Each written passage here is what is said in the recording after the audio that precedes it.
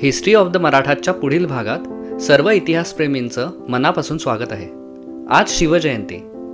का साजरी करतात हो शिवजयंती? किंवा एखाद्या महान स्त्री अथवा पुरुषाची जयंती साजरीच का करतात? आज एक दिवस मोठ्या मोठ्याने स्पीकर्सवर महाराजांची गाणी लावली म्हणजे झालो का हो आपण शिवाजी महाराजांचे मावळे? कपाळावर चंद्रकोर, मोठी दाढी सजवून स्टाईलमध्ये फिरलो की होतो का आपण शिवाजी महाराजांचे खरे मावळे? शिवजयंतीच्या निमित्ताने रस्त्यात मंडप घालून सत्यनारायणाची पूजा करून जबरदस्तीने लोकांकडून वर्गणी गोळा करून शिवाजी महाराज की जय असं ओरडलं म्हणजेच होतो का आपण शिवभक्त? पु ल म्हणून गेलेत की शिवाजी महाराज की असं म्हटल्यानंतर जो आपसुकच जय म्हणतो ना, तो मराठी माणूस. पण त्या मराठी माणसाला आज आपण शिवाजी महाराज की जय का म्हणतोय हे नक्की कळतंय का? जातीसाठी नाही तर मातीसाठी हिंदवी स्वराज्य उभे करणाऱ्या शिवाजी महाराजांच्या महाराष्ट्रातले लोक जाती बाजूला ठेवून निदान शिवाजी महाराजांचे काही गुण तरी समजून घ्यायचा प्रयत्न करतायत का? शिकायचंच म्हटलं तर महाराजांच्या प्रत्येक पराक्रमातून त्यांचे वेगवेगळे गुण शिकता येतील. अफजल खान वधामध्ये महाराजांचं अप्रतिम आणि अचूक प्लॅनिंग शिकता येईल. शाहिस्तेखानाची बोटं तोडण्यामधून महाराजांचं धाडस शिकता येईल. 2 वर्षांपूर्वी कोरोनाने थैमान घातलं आणि आपल्या सगळ्यांच्याच आयुष्यात लॉकडाऊन नावाचा एक भयंकर प्रकार आला. पहिल्या लॉकडाऊनमध्ये तर अगदी 2 महिन्यात लोक कंटाळले होते. काहींना अँझायटीचा त्रास झाला तर काहींना डिप्रेशन.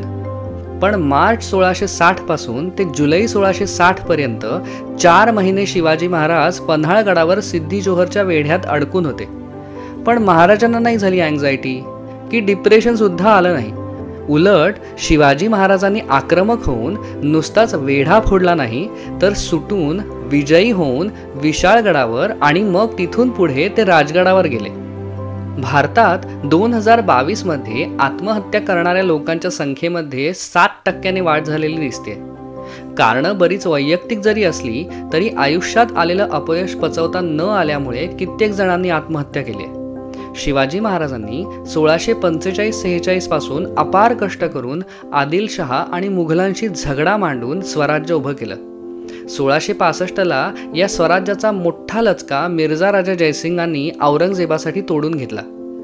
20 वर्ष कष्ट करून उभारलेल्या हिंदवी स्वराज्यात महाराजांकडे फक्त उरले सुरले 12 किल्ले राहिले. पण महाराजांना नैराश्य आलं नाही की सर्वस्व हिरावलं म्हणून आत्महत्येचा विचारही त्यांच्या मनाला शिवला नाही. ते 4 पावलं मागे सरले पण हरले नाहीत.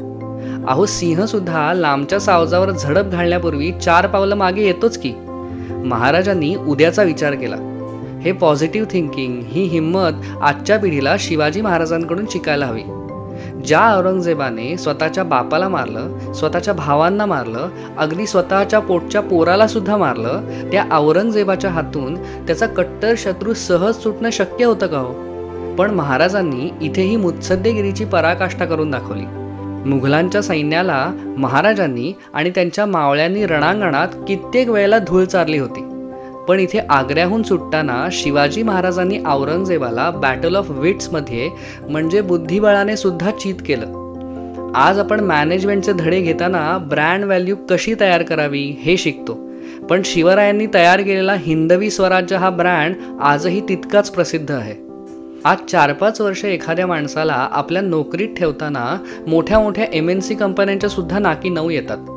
पण महाराजांचं एम्प्लॉई रिटेन्शन इतकं अप्रतिम होतं की त्यांना अगदी बोटावर मोजण्या इतकेच लोक सोडून दुसऱ्या बादशहाच्या पदरी गेले. शिवराज्याभिषेकाने तर शिवाजी महाराजांनी राजनैतिक आणि धार्मिक अशा दोन्ही क्रांत्या घडवून आणल्या. आजकाल गोष्टींमध्ये, चित्रपटांमध्ये आपल्याला जे नायक दाखवले जातात ना, त्यांना नेहमीच खलनायक फसवतात. नायक नेहमी साधा, भोळा, स्पष्ट शब्दात मूर्ख असतो आणि खलनायक भरपूर प्लॅन करणारा, षडयंत्र रचणारा, बुद्धिवान आणि शक्तिवान सुद्धा असतो. हे आपले आदर्श नायक असावेत का मुत्सद्दी अफजल खानाला, औरंगजेबाला त्यांच्याच भाषेत उत्तर देऊन त्यांच्यावर वरचढ ठरणारे शिवाजी महाराज आपले नायक असावेत, हे तुमचं तुम्हीच ठरवा. गेल्या 100 वर्षांपासून अचानक भारतात अहिंसेला अपूर्व महत्त्व प्राप्त झाले. कुठल्याही शत्रूचा सामना फक्त अहिंसेने करावा असा काहीतरी खुळचट विचार भारतात पसरलाय. आपल्याहून ताकदवान शत्रूसमोर शस्त्र जमिनीवर ठेवून शत्रूने कितीही थोबाडीत मारल्या तरी त्या सहन करून अहिंसेने त्या शत्रूच्या मनात प्रेम उत्पन्न होण्याची स्वप्न अतिशय संयमाने पाहायच्या वेडगळ कल्पनांमुळे भारताला मुळात ही अहिंसा नक्की कुठे वापरावी हेच कळेनासं झालंय. शिवाजी महाराजांनी अफजल खानाची भेट घेताना या शत्रूच्या मनात प्रेम उत्पन्न करावं म्हणून संयमाने अहिंसा बाळगली असती तर आज ते छत्रपती होण्यासाठी जिवंत राहिले असते का हो? औरंगजेबाने आग्र्यामध्ये शिवाजी महाराजांच्या भोवती चौक्या बसवल्यानंतर अहिंसेच्या मार्गाने शिवाजी महाराज उपोषणाला बसले असते तर औरंगजेबासारख्या दानवाच्या मनात कणभर तरी प्रेम उत्पन्न झालं असतं का हो? अफजल खानाच्या वधानंतर त्याच्या 2 मुलांना शिवाजी महाराजांनी जीवनदान देणं ही खरी अहिंसा आहे. फोंड्याच्या किल्लेदाराला अभय देणं, दक्षिण दिग्विजयामध्ये आदिलशाही किल्लेदारांना किल्ले सर झाल्यावर जीवनदान देणं ही आहे शिवाजी महाराजांची खरी अहिंसा.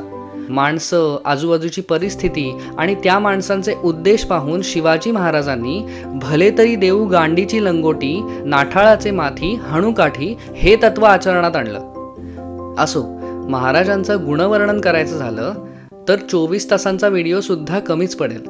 जर ससंदर्भ इतिहास अभ्यासला तर महाराजांच्या अंगचे बुद्धिचातुर्य, धाडस, शौर्य, मुत्सद्दीपणा, सकारात्मक विचार, चिकाटी, कल्पकता, माणसांची पारख, स्वाभिमान, आत्मविश्वास असे कित्येक गुण सहज दिसून येतात.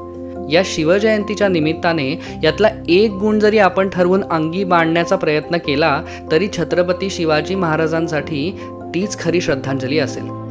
शिवरायांचे 8वावे रूप, शिवरायांचा 8वावा प्रताप, शिवरायांचा 8वावा साक्षेप भूमंडळी, शिवरायांचे कैसे बोलणे, शिवरायांचे कैसे चालणे, शिवरायांचे सलगी देणे कैसे असे.